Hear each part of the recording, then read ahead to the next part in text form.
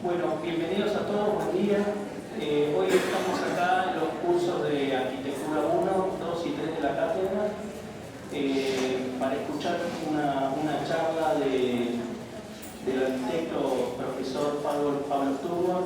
Fue profesor durante miles de años en el CBC, también en la arquitectura, en la carrera de arquitectura, con el cual tengo un afecto especial porque Pablo me entregó mi título de profesor titular de la UBA, y eso son como cosas que uno no se olvida más, ¿no? Y también, solo un breve comentario, recién estábamos charlando con Pablo sobre esta charla porque yo siempre trato de empezar el año, este año no lo pudimos hacer por diferentes razones, una charla con el curso de Arquitectura 1 sobre qué es lo que vienen a hacer acá, qué es lo que vienen a estudiar, en qué consiste la carrera, algunas cuestiones como filosóficas, teóricas de la carrera.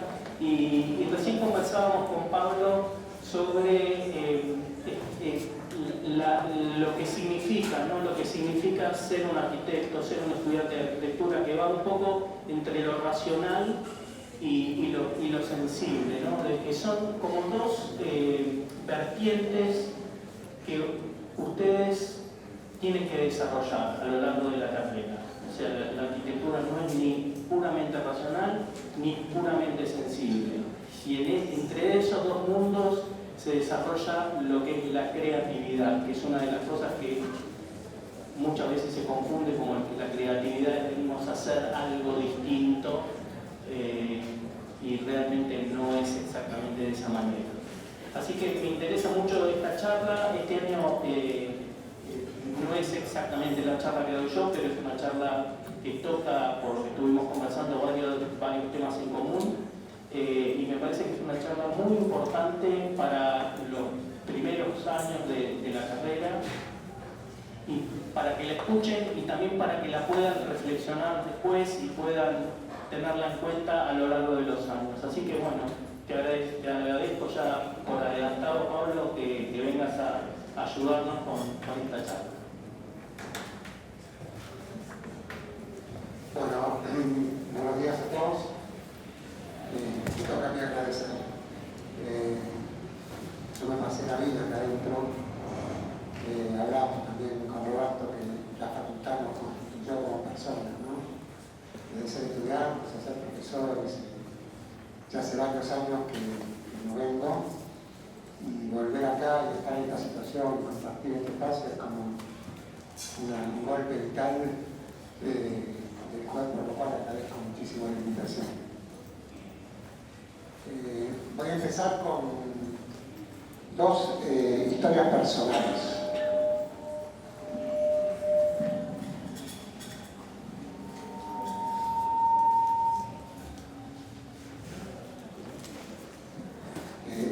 Dos historias personales. Primero, pido perdón por llevarlos a muchísimos años atrás.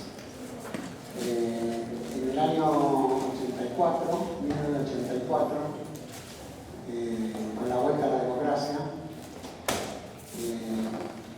la facultad se volvió a abrir a todos los profesores que habían sido expulsados en la época de la dictadura, en un clima de efervescencia intelectual, política también. Se volvió a abrir las puertas de la universidad para los arquitectos que originalmente habíamos estado previamente, ¿no? Yo en ese momento di un concurso para ser profesor adjunto en el área de introducción a la arquitectura. Por un tiempo fui profesor de introducción a la arquitectura. Y resulta que casi a los 2 años, o el año de esa situación, se armó o armamos un proyecto universitario que se llamó el ciclo básico. A mi modo de ver, uno de los proyectos más revolucionarios que tuvo la universidad en las últimas décadas. Y no teníamos, yo por lo menos no tenía idea de a dónde nos iba a llevar esto. Estábamos a un programa de introducción a la arquitectura muy abierto, con nuevas ideas, nuevas cosas, y de repente empezaron a venir estudiantes de diseño gráfico y de diseño industrial. Nosotros en ese momento, con una cierta lógica, pensamos que el diseño era como una disciplina secundaria en relación a la arquitectura, que la arquitectura era una disciplina madre de la cual se derivaban todas, y que por lo tanto podíamos enseñar arquitectura y que se iba a servir a los demás. Mucho tiempo sostuvimos esto hasta que un día nos dimos cuenta que no era así, y que la demanda de los estudiantes, que ya los estudiantes de arquitectura eran el 25%, no se excedía. Y nos enfrentamos a un problema gravísimo. ¿Se escucha? A un problema gravísimo, que era cómo enseñamos algo que no sabíamos.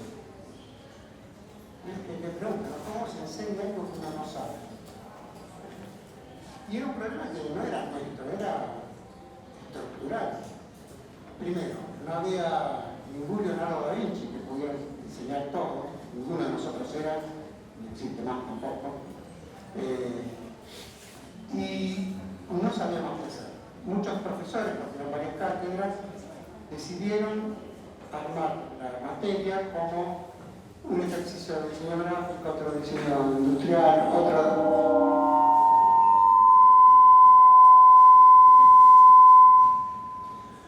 otro de diseño de imagen y sonido, ¿no? Entonces, reducían la materia a mini introducciones a cada carrera. Nos pareció que era si ahora sí me escuchan. No, con el micrófono, pero como vaya a salir. Nosotros pensamos que eso no era lo correcto y nos enfrentamos a la idea de pensar nuevamente. Recalco esto, pensar nuevamente. Pensar nuevamente significa que hay que pensar porque lo que sabemos no alcanza, o lo que sabemos fracasa, o lo que sabemos es viejo, o lo que sabemos en esta situación no nos sirve. En esta situación había que pensar de nuevo. Y pensamos que la solución a esta encrucijada era pensar el proyecto como el campo de conocimiento que incluía a todas las disciplinas.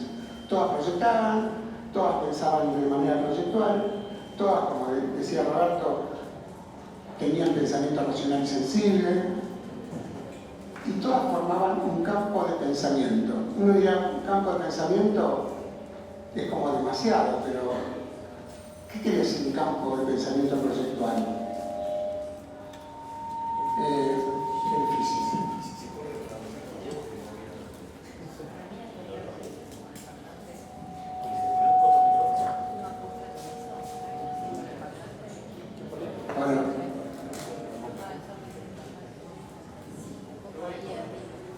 Ahora, sí.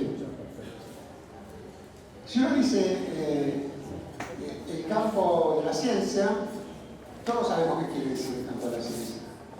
Si decimos el campo de las artes, todos sabemos qué quiere decir el campo de las artes.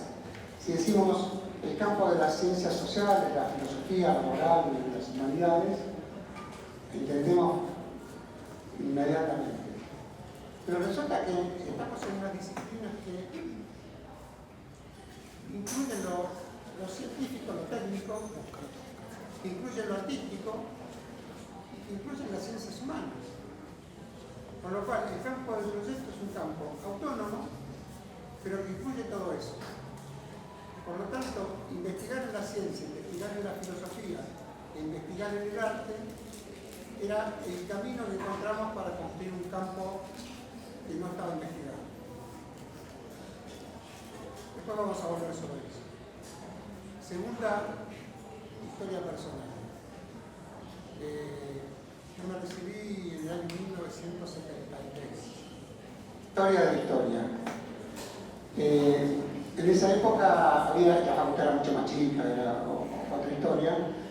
Hacíamos una rifa para hacer un viaje que se llamaba COBA, un viaje de Comisión de Viaje de Egresado de Arquitectura, y viajábamos a Europa.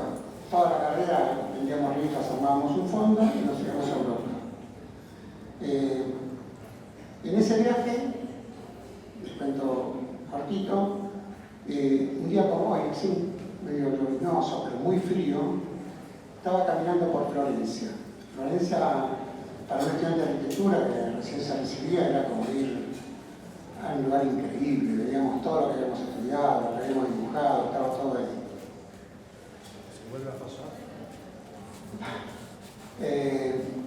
Hacía mucho frío, lloviznaba, y yo estaba en la parte alta de Florencia. Había una pequeña iglesia que se llama San Miniato al Monte. Y entré para conocerla, para descansar, para sentarme. Y de repente me caí y dije, este lugar es increíble. ¿Cómo entraba la luz? Había un órgano que sonaba, el espacio era estremecedor, ¿no? Y pensé, bueno, es un dispositivo arquitectónico que me está diciendo, me está hablando, me está diciendo, me está presentando a Dios. Me dice, acá está Dios.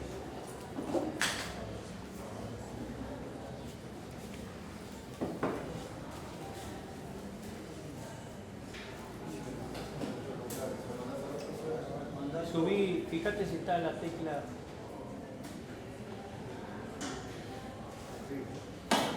Ahí.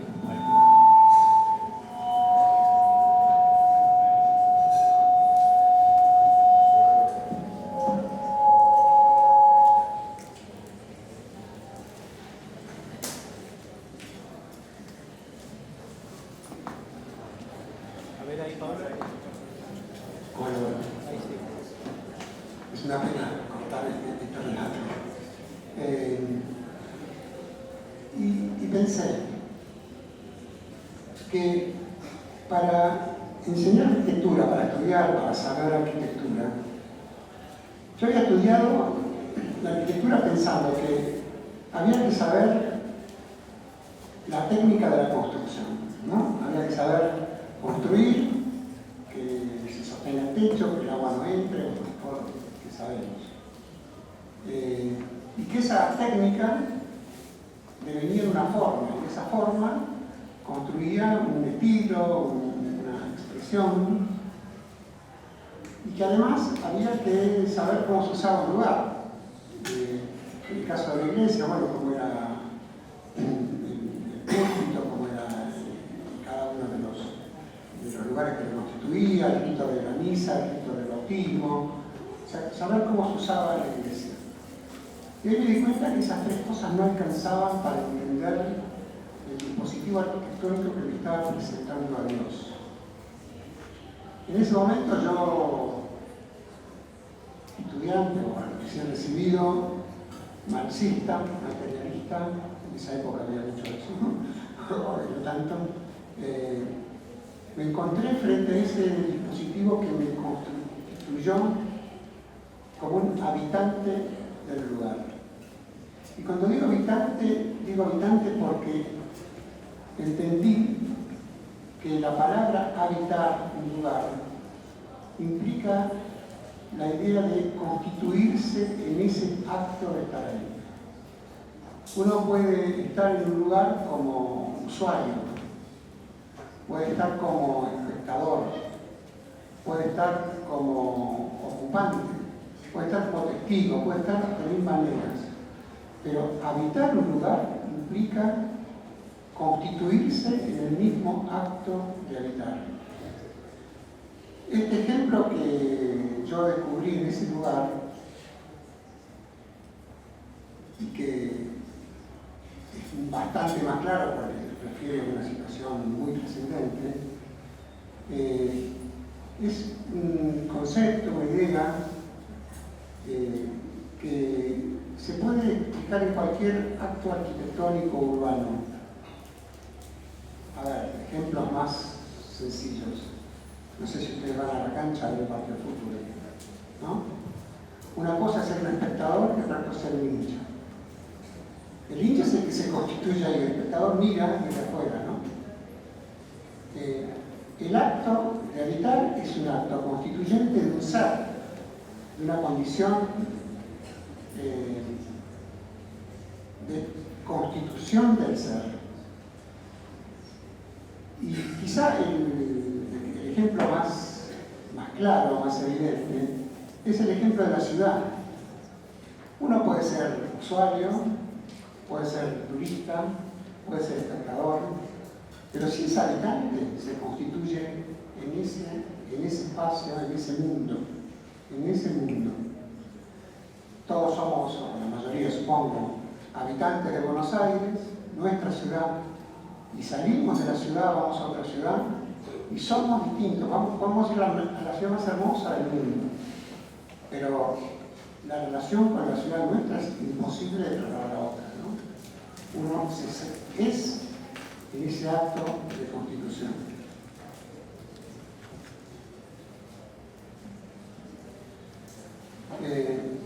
Esta imagen, este enunciado, voy a exponerlo, pero voy a tratar de explicarlo y apostar a que podamos pensarlo juntos, ¿no? Si se puede apagar la luz, me parece mejor. Ahí está al lado.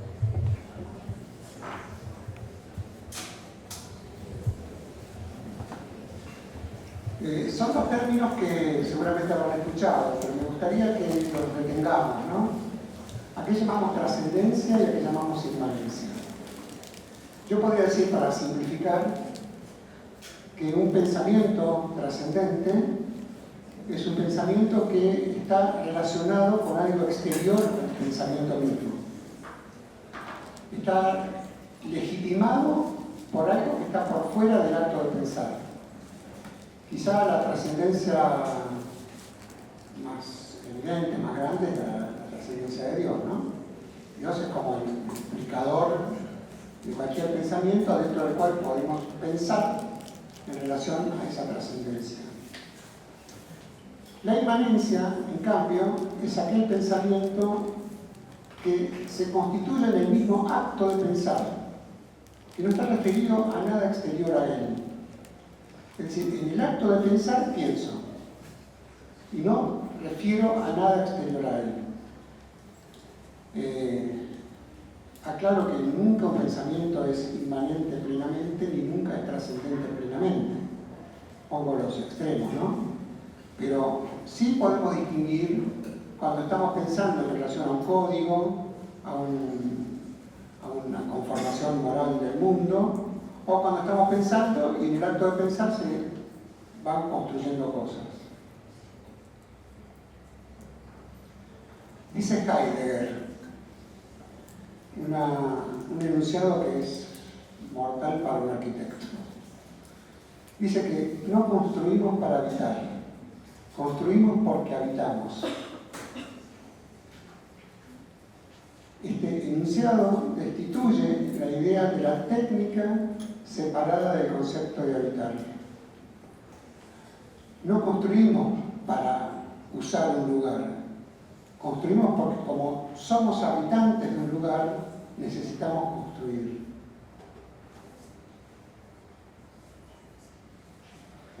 Voy a leer otro texto que podemos leer juntos, del arquitecto Peter Zumthor, un arquitecto personalmente lo admiro muchísimo, de un libro que se llama Atmósferas, también lo recomiendo. Dice así: el Jueves Santo de 2003, aquí estoy, sentado en una plaza bajo el sol. La plaza, frente de casas, iglesias, monumentos, como un panorama entre mis ojos. A mi espalda la pared del café, la justa densidad de gente, un mercado de flores, sol, las 11. En la cara, enfrente de la plaza en sombra, de un apacible color azulado. Ruidos maravillosos, conversaciones cercanas, pasos en la plaza, en la piedra, pájaros, ligero murmullo de la multitud. Sin coches, sin estrépito de motores. De vez en cuando ruidos lejanos de una obra. Me figuro que el comienzo de las vacaciones ya ha ralentizado los pasos de la gente. 2 monjas, esto del nuevo real, no me lo estoy inventando. 2 monjas cruzan la plaza gesticulando con un andar rápido. Sus tocas ondean ligeramente. Cada una de ellas lleva una bolsa de plástico. La temperatura agradable, fresca y cálida. Estoy sentado bajo el soportal, en un sofá tapizado en un verde pálido. En la plaza, estatua de bronce sobre su alto cristal. Frente a mí me da la espalda, contemplando, como yo, la iglesia con sus torres. Ahora bien, ¿qué me ha conmovido de allí?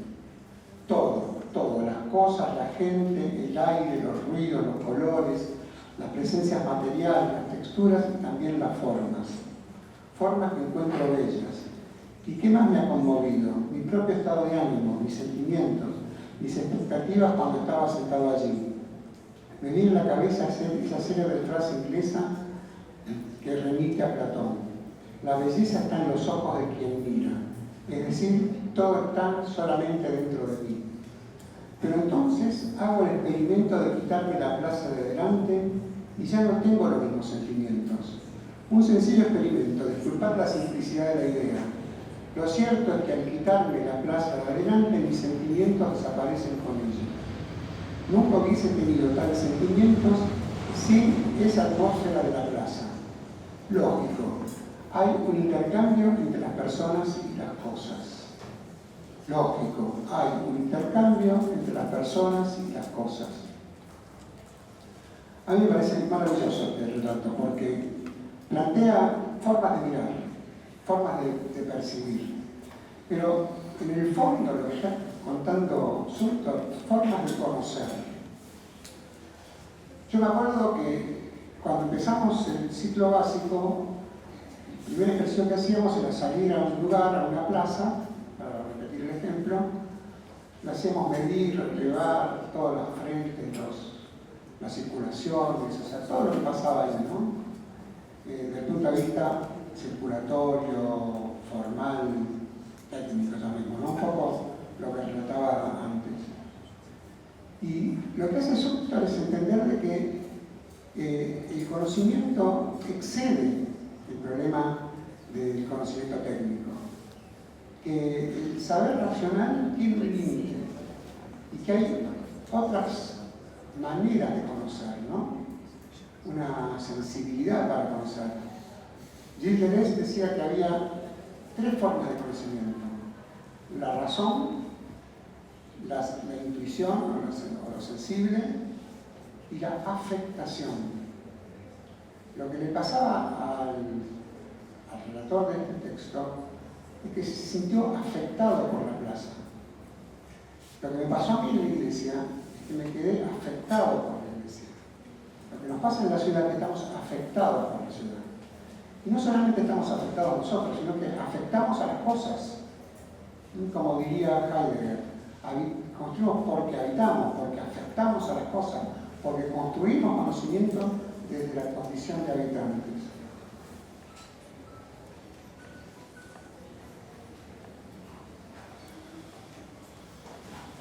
El otro par, voy a hablar varios pares, es la idea de transmisión y la idea de composición.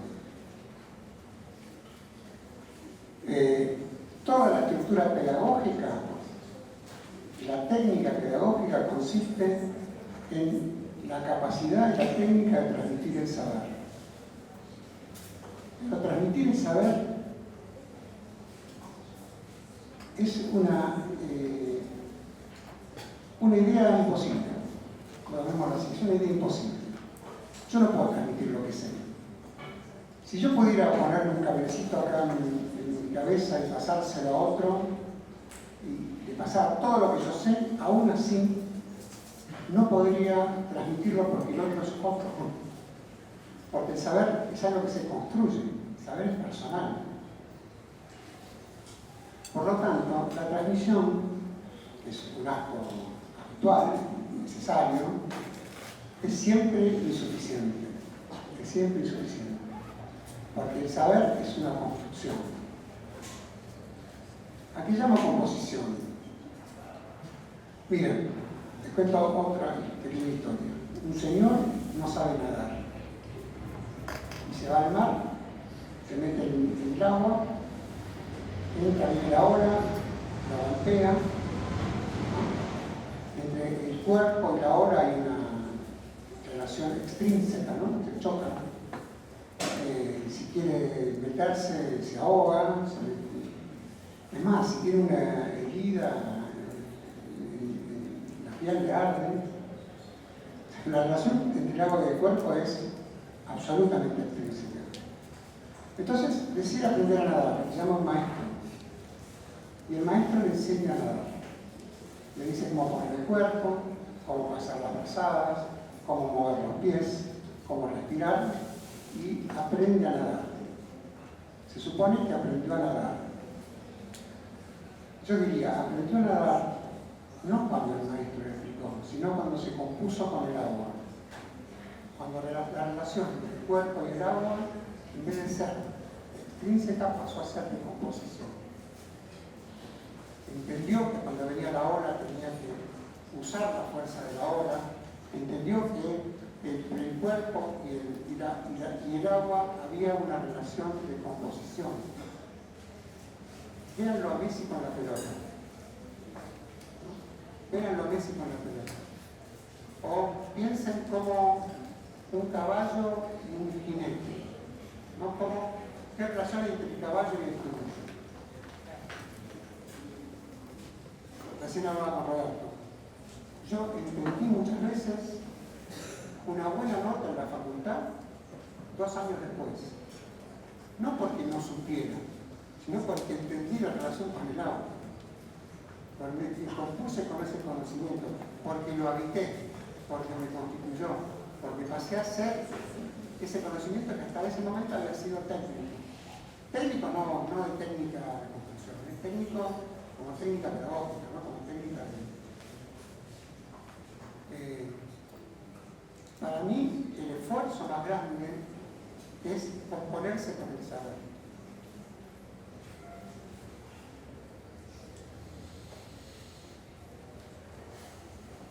Saber pensar. Como decía antes, no hay saber que siempre sea universalmente útil. El saber siempre fracasa. Y por suerte siempre fracasa, porque si no fracasara el saber, no habría historia. Hay historia porque el saber se vuelve inútil y hay que pensar en él. Y eso que para el conocimiento en general es obvio, para el conocimiento proyectual es esencial. Siempre hay que pensar en él. Nunca se repite la misma situación. No estoy diciendo que no hay que usar el saber. Hay que usar el saber, pero sabiendo el límite del saber. Es una herramienta para pensar. Saber y no saber. Bueno, les dije al principio, ¿no? Que nos enfrentamos a un problema que es enseñar lo que no sabíamos. Pensamos que ese era un problema, hasta que encontré un libro maravilloso que se llama El Maestro Ignorante. Era un libro que en ese momento casi no se conseguía, hoy está por todos lados, lo ha leído mucha gente, por suerte. Les explico en 2 minutos las tesis de Jacques Rancière, que es el filósofo francés que lo escribió. Está basado en una historia también de un profesor en la época de la Revolución Francesa, ya la caída de la Revolución, la vuelta del emperador, y termina él como profesor en la Universidad de Lovaina. Lovaina es una ciudad que está en lo que sería Bélgica. Ustedes saben que Bélgica tiene un sector francés y uno flamenco, ¿no? En la parte flamenca. Y tenía que enseñarle a los estudiantes que hablaban flamenco, y él no sabía flamenco. Entonces pensó en darles un libro, escrito en francés, escrito en flamenco, que tenían que traducirlo al francés, sin dar ninguna explicación. Y se llevó la sorpresa que con el tiempo venían los estudiantes y en un tiempo bastante corto pudieron hacer entre todos una traducción. Y pensó, ¿cómo hubiera explicado esto? ¿Cómo hubiera transmitido? Solamente lo pude hacer porque no sabía cómo hacerlo. Y pensó algo que también pensé, que es que esto que les decía, que yo no puedo transmitir lo que sé, que yo lo que tengo que hacer es crear las condiciones para que el otro pueda construir su saber. Y que el dispositivo de la transmisión en realidad lo que produce es un efecto de aquel que sabe y aquel que no sabe. Y el que sabe que trata de transmitir en realidad también está transmitiendo una autoridad, ¿no? Está haciendo uso de esa autoridad y está poniendo al que no sabe en un lugar menor.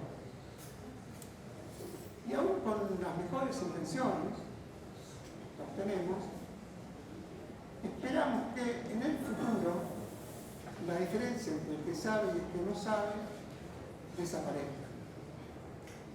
Rancière dice, el maestro ignorante hace lo contrario. No sabe, le propone algo para pensar, partiendo de la idea de que esa diferencia no existe, de que la idea de que entre el que sabe y el que no sabe desaparece al principio.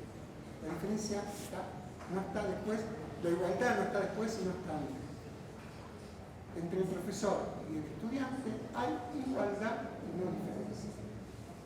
Y que toda explicación, toda manera de tratar de explicar es aturdir.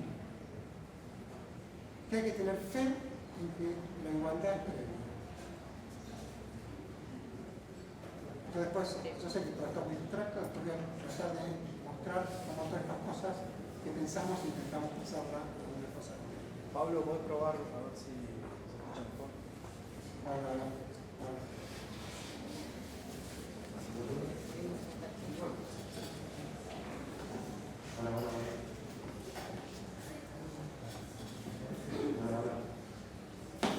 Ahí.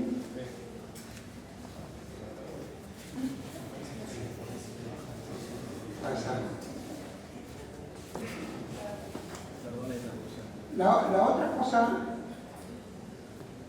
y esto es muy importante para la práctica del taller, es que primero pensar, no es sentarse así como la estatua del pensador y estoy pensando. Si pensar es razón, intuición y afectación, estamos pensando todo el tiempo. Si estamos en posición de pensar, podemos estar sin pensar, ¿no? Por supuesto. Pero en posición de pensar estamos pensando todo el tiempo. Y si es un acto de afectación, estamos pensando con los demás. No se puede pensar solo. Estamos pensando con los demás, con la obra de los demás, con lo que hace el otro, con lo que encuentro alrededor mío. Estoy pensando con el otro. Un taller es un espacio para pensar con el otro. No venir con su trabajo. Pensar con el otro. Saber que lo que pensó el otro me afecta a mí. Y lo que pensó el otro está en el plano de la igualdad, no de la diferencia. De la igualdad.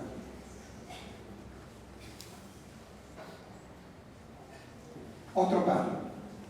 Real y simbólico. Otro enunciado que no tiene posibilidad de demostración. Lo real no existe. No hay nada real en lo que tenemos acá. Lo que está de acá no hay nada real. No hay nada real. Pero este tipo está loco porque estamos acá.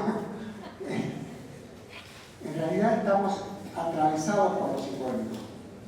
Todo lo que creemos que es real no existe. Existe lo real, pero en condiciones, diría, muy puntuales, ¿no? La muerte es real, la vida es real, pero nuestra acción social siempre es simbólica. A ver, ¿dónde hay real en horizontal? ¿Dónde hay algo real y que yo estoy arriba y este está abajo, arriba? ¿Dónde hay real en derecha e izquierda? ¿Dónde hay real en lo que ven ustedes? En lo que ven ustedes. Yo les propongo que vean, piensen, ¿no? En su novia, novio, padre, madre, amigo. ¿Qué ven? Ven un ser erótico, afectivo, un mundo, una mirada. Jamás pueden ver 75% de agua. Jamás pueden ver 75% de agua. Eso es real. Todo el mundo humano es un mundo simbólico. Y todo acto proyectual es entender que estamos construyendo mundo. Y no estamos construyendo, resolviendo problemas. Estamos construyendo un mundo. No sé si se entiende el ejemplo. Acá está este videíto, a ver si pueden salir.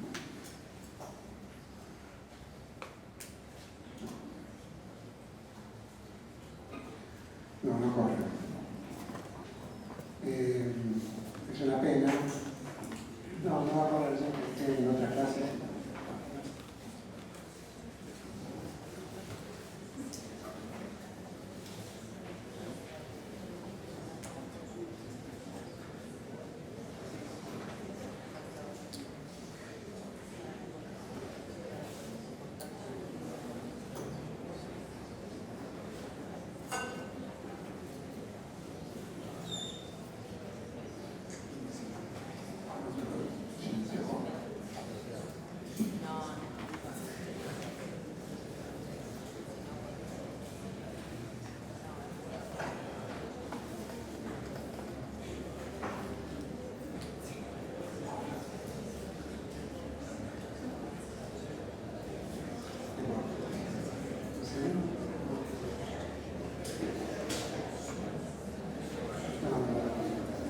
Lamento mucho, pero no corre el video. En realidad esto es una imagen que con una cámara va rodeando el objeto hasta que hay un punto donde aparece una cara, ¿no? Y bueno, en un solo punto de vista donde la cara se puede ver. Y bueno, lamento mucho. Pero toda imagen, todo objeto es una construcción simbólica.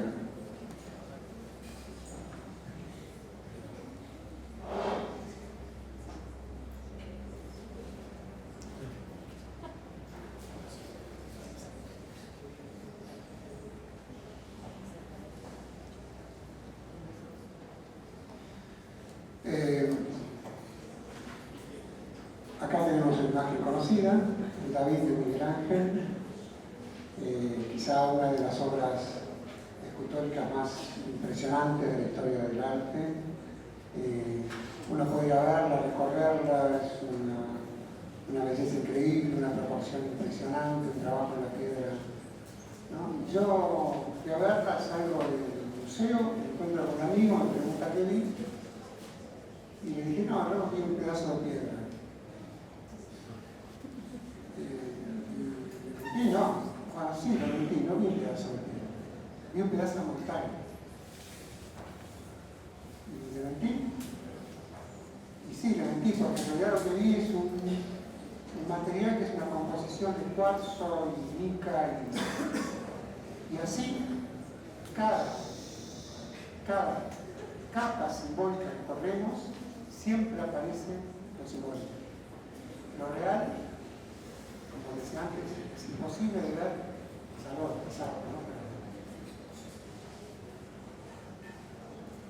Por ejemplo,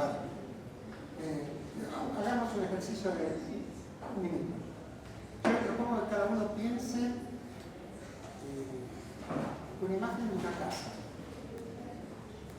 Una imagen de una casa.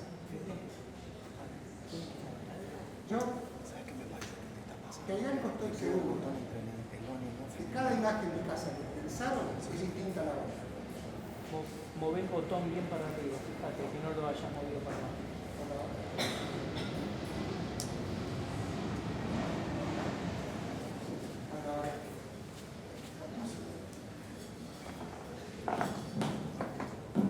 Hola, hola. Estoy seguro que cada imagen de casa que ven ustedes es distinta. Cada una es distinta. Porque si yo dijera, piensen en una casa y todos piensan en la misma casa, no hay arquitectura. El arquitecto no tendría sentido. Lo real estaría hecho de una vez y para siempre.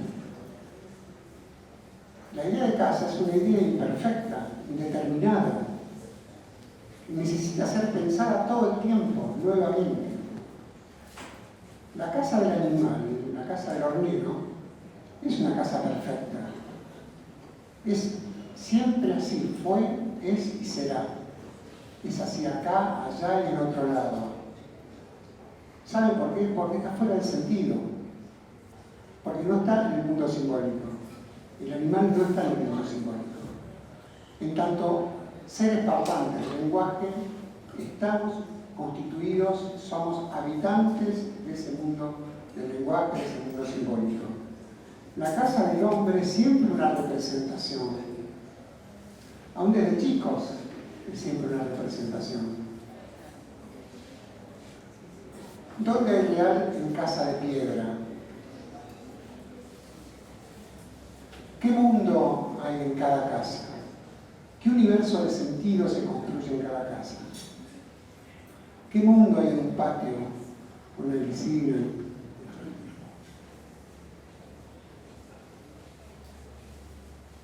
¿Qué mundo? ¿Dónde hay moderno en lo real? ¿Qué quiere decir real? De moderno, perdón. ¿Qué quiere decir moderno? Descontextualizado del histórico, ¿no? En cada casa hay un universo de sentido.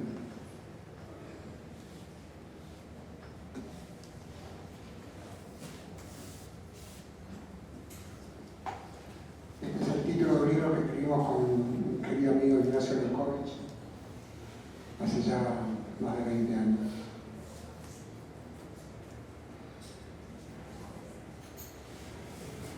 En este contexto, pensar un proyecto, para mí, para mi formación original, siempre estaba basado en esta estructura de pensamiento. No había un programa, a ese programa uno lo desglosaba, lo trataba de entender, ¿no? Como una explicación cuanto más profunda y diversa de esa explicación y comprensión del programa, más posibilidades teníamos de producir una idea. Pero había un problema con la idea, porque la idea está, el programa, después del programa hay un papel en blanco. ¿Hay un papel en blanco? Yo pienso al revés. Yo pienso al revés.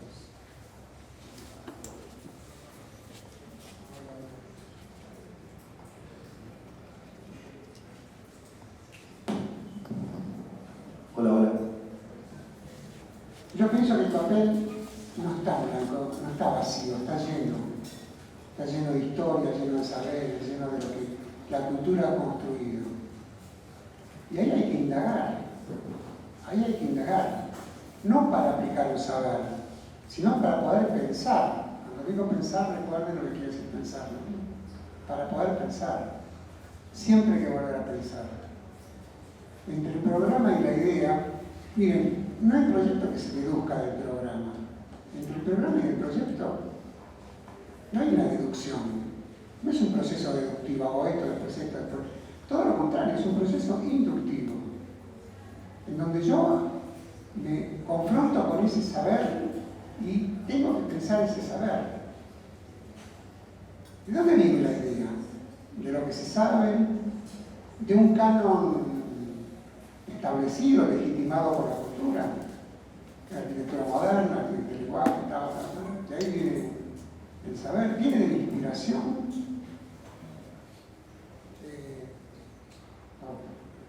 ¿Escucha? Sí.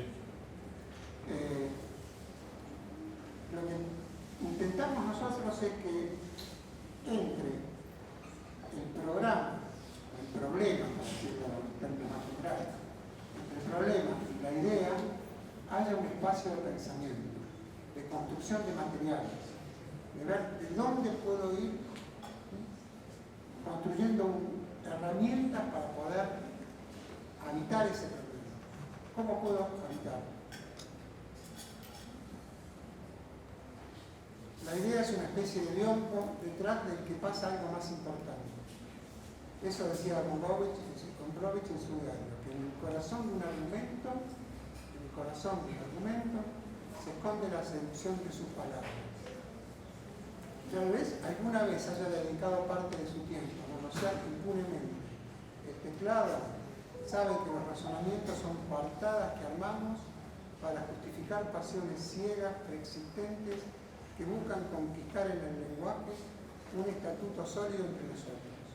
Escribir, acá yo podría decir proyectar, es la exigencia que el afecto le hace a la razón. Es animar lo que sentimos pero que todavía no sabemos. Inmanencia, trascendencia.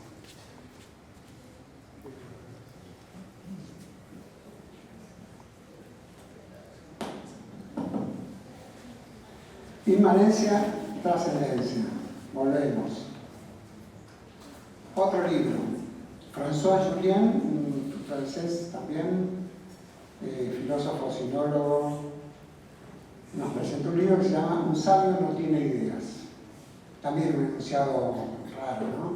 Se supone que el sabio tiene todas las ideas, porque es el sabio. Y Julien dice, no, el sabio lo que no tiene son ideas previas. No sabe, no busca un camino, navega, como hacemos con la computadora, con internet navegamos, tratando de habitarlo, ¿no? Por lo tanto, si navega, no tiene un punto de vista fijo, ¿no? Busca puntos de vista distintos para poder pensar. No se somete a ningún código. Y por lo tanto no tiene un yo predeterminado. No hay, yo quiero que pase esto. Pasa esto después del proceso de pensamiento. El yo también se constituye en el acto de pensar. Problema, materiales, ideas, proyectos. Les voy a contar ahora un ejercicio concreto que hicimos donde muchas de estas cosas intentamos plasmarlas y construirlas. Y pensamos un recorrido que se llamó materia, material y materialidad. ¿A qué llamamos materialidad? Materialidad es lo construido con sentido, que ya tiene sentido, ¿no? Una escuela, una casa. El material es el material con el que construimos la casa. Ese material, hierro, hormigón, madera, vidrio, tiene ya una operación de sentido previa. Cuando decimos hierro, ya hay un montón de formas y de ideas que ya se nos representan, ¿no? Si decimos hormigón, el hormigón tiene ciertas características, tiene formas, tenemos antecedentes, ¿no? De cómo se usa el hormigón, todo ese papel en blanco que está lleno. Y llamamos materia al estado donde no hay sentido previo. Es decir, es un enunciado imposible. No hay material sin sentido previo. Llegar a la materia es como llegar a lo real, ¿no? No hay material. El material ya es materia prima, ¿no? Materia prima quiere decir materia con primer sentido puesto. Materia con primer sentido puesto. Entonces pensamos que una manera de incluir la materia era el material luz. Porque la luz es un material, una materia, que es material inmanente, si sirve para todo, depende de cómo lo usemos, ¿no? Es material para la ciencia, la luz es material para la ciencia. Les recomiendo un libro que se llama Maniac, no sé si alguien lo leyó, extraordinario, Maniac, la historia de la primera computadora.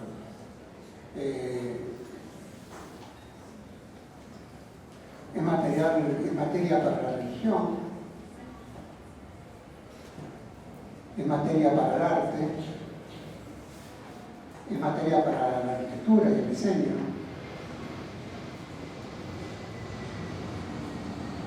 Y pensamos utilizar esa materia, el estado cero de sentido, para nosotros, ¿no? Para el diseño. Construirlo como material. Es decir, no tomarlo como material, sino construirlo como material. Hacerlo material. ¿Y cómo sería la luz como material del diseño? Bueno, es un dispositivo que habría que usar para capturar la luz. Como diría Le Corbusier, los volúmenes bajo el sol, la arquitectura es la captura de la luz. No hace falta que me extienda un poco en eso. ¿Cómo capturamos sin sentido, como mecánica? Pensamos en un dispositivo que era un cubo de cartón corrugado, cartón común, perdón, de 30 por 30 por 30, a la que le hacíamos un agujero para que entre una máquina de fotos digital, para que pueda sacar imágenes de lo que pasaba ahí adentro. A ese cubo empezamos a hacer operaciones aleatorias. Primero agujeros regulares, después agujeros irregulares, sacamos fotos de cómo se capturaba qué había ahí adentro, qué pasaba cuando hacíamos esto. Y después cualquier cosa, no sé, ponerle un plano de color, un plano de cartón corrugado, un papel de diario como hecho cualquier cosa, pedazos de plástico, infinitas operaciones. Cada una de esas operaciones se capturaba y se iba poniendo en la pared, para pensar todo, ¿no? Voy a seguir después.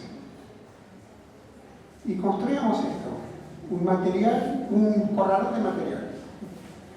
Había, estas son infinitos tomas de ese cubo adentro, ya hay un montón más, imposible mezclar todo lo que se hizo, imposible. Pero era sin sentido, ¿no? No podemos decir que hay una casa, una biblioteca, nada.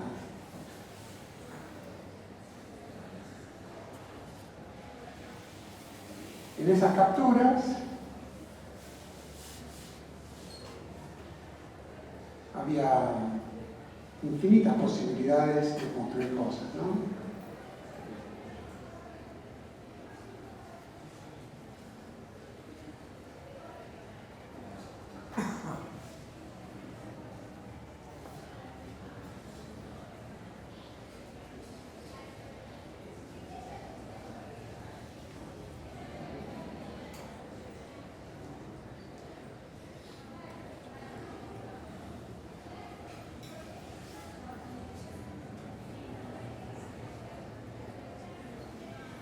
Reflejos, reflexiones. Ya uno empieza a intuir ciertas cosas, ¿no? Si uno está pensando con intuición, así, algunas ideas aparecen.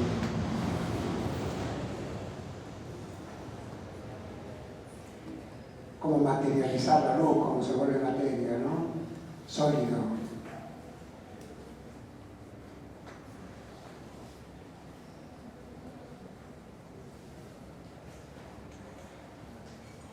Dramas.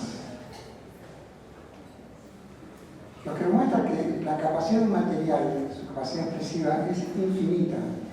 No está delimitada por un código previo. Si uno abre el código, la capacidad expresiva del material es infinita.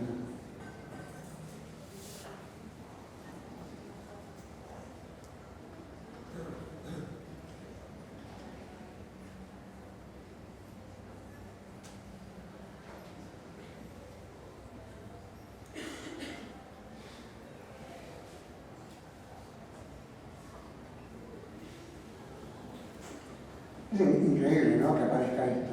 ¿Quién lo podía pensar antes? ¿Con qué idea previa o idea previa podía imaginar, ¿no? Estamos hablando de ciclo básico, ¿no? El año pasado, quinto año de secundario.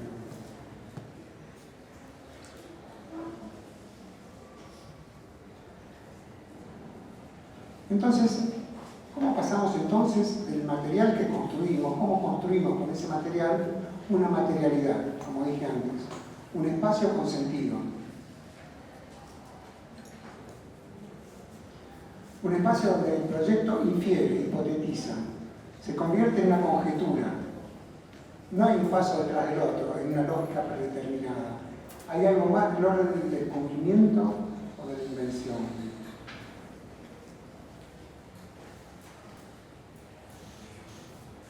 Esta imagen, ¿no?, es súper sugestiva. Es una puerta, está interior-exterior, es un espacio arquitectónico, es un fotograma de una película, ¿no? ¿Quién entrará por esa puerta? ¿Quién pasará por ahí? Es la tapa de un libro, es mundo proyectual, ¿no? Poner una persona ya le da escala al lugar. Ya ese lugar empieza a tener sentido solamente por eso. ¿Qué mejor que aprender escala que... ¿Con qué explicación podría explicar mejor escala que esto?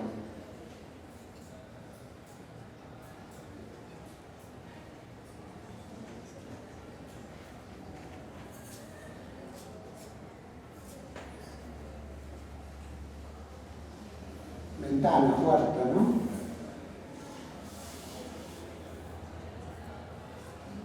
Son todas posibilidades infinitas.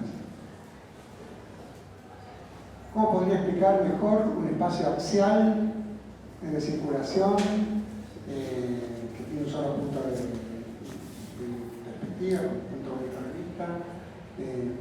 Podría explicarlo, pero llegar a esto...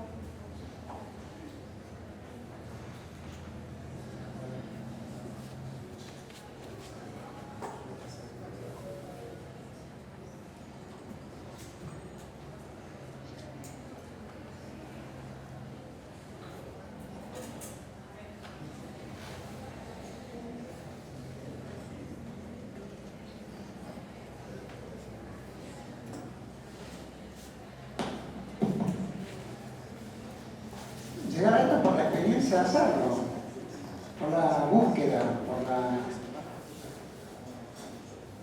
por supuesto, todo esto pegado a la pared. Y es interesante el dispositivo porque, primero, el profesor no sabe cómo termina el ejercicio, no sabe a dónde puede llegar. Y para pensar eso lo puede pensar el profesor y el estudiante en condiciones de igualdad. Si piensa con afectación, si habita el lugar, lo puede pensar. Desaparece la idea de autor, porque yo puedo usar cualquiera para seguir pensando. No es que lo que yo hice. Por lo tanto, es un taller que piensa con el otro, estamos todos pensando lo mismo. Es una intención, no sé si después se puede hacer, pero mucho de esto se produjo de esta manera.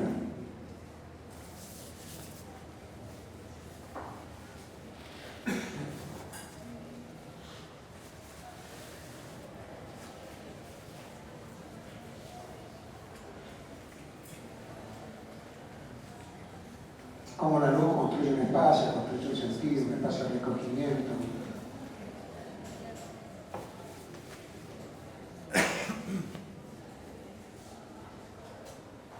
Miren,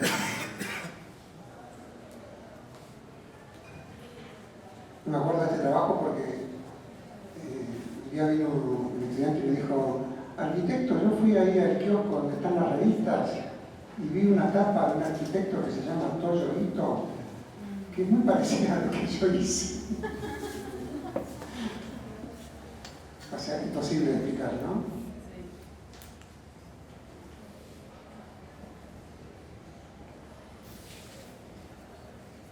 Y todas son capturas a las cuales hay que agregarle, ¿no? Hay que pensarlas, ¿qué me imagino acá? ¿Cómo puede ser? ¿Qué escala tiene? Puede ser una cosa chiquita, una cosa grande, puede ser una calle, puede ser una ciudad, puede ser un pequeño lugar de recogimiento.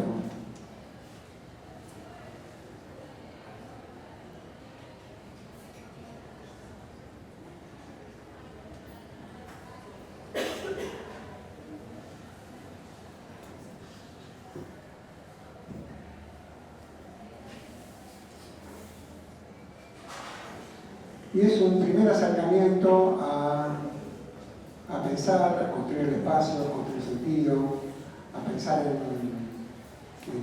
este caso en arquitectura, pero podría ser para diseño, imagen y sonido totalmente razonable o para el diseño gráfico.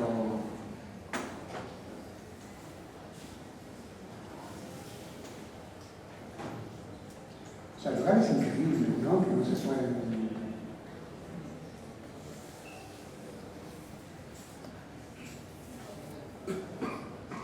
Bueno, paso rápido porque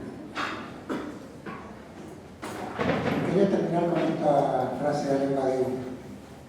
Hay que aceptar como una ley que lo real exija siempre una sumisión en vez de una invención